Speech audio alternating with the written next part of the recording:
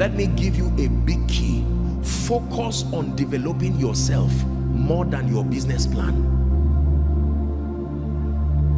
It's good to give value, but it's best to be the value yourself. When you develop yourself, I have taught us here that success is not what you pursue.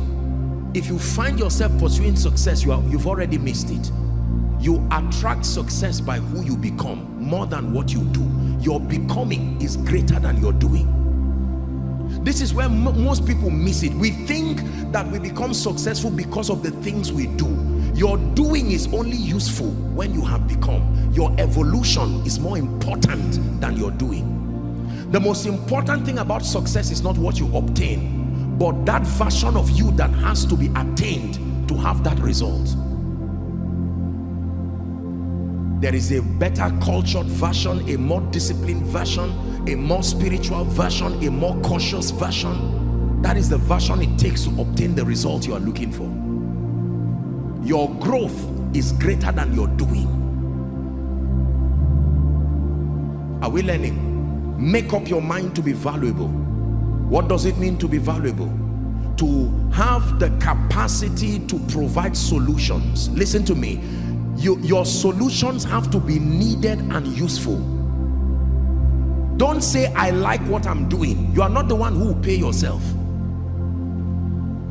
Your solutions have to be needed and useful within the context of a civilization. I'll not say much there because of time. Value. Train yourself.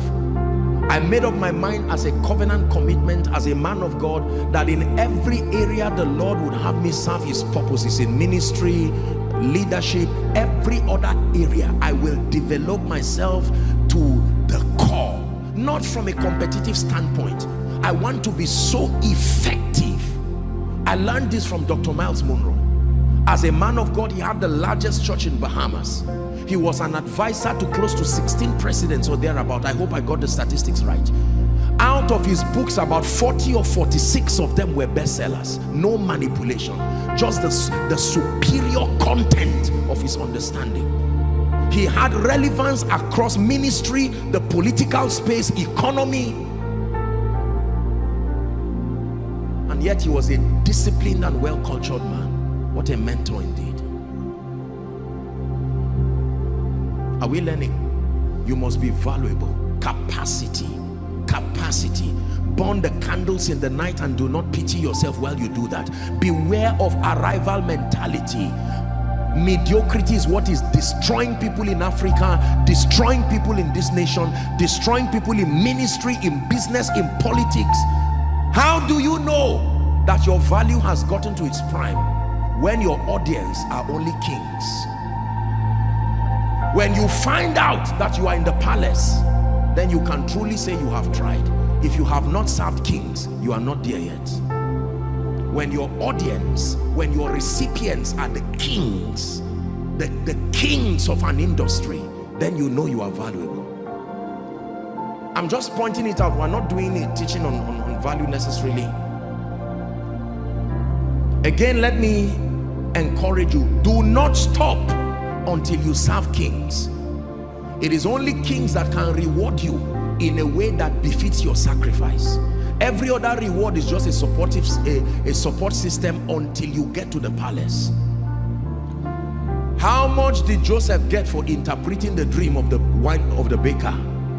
How much did Joseph get for interpreting the dream of the he got the leverage that took him to the palace, but he solved the king's problem once.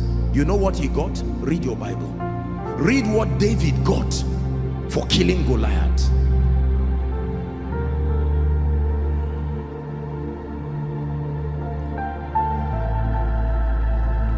We worship God, we worship Jesus today because he's King of Kings and Lord of Lords. But we also worship him because he's done something that no God and no man can do. Nobody has the power to forgive sins and translate you from the kingdom of darkness into the kingdom of his dear son. The value, the all-surpassing value that he has defeating death, hell, and the grave. The hymn writer says, up from the grave he arose. Every other god, every other leader died and did not come back to life. But Jesus, he rose again victorious. Today he sits at the right hand of the Father.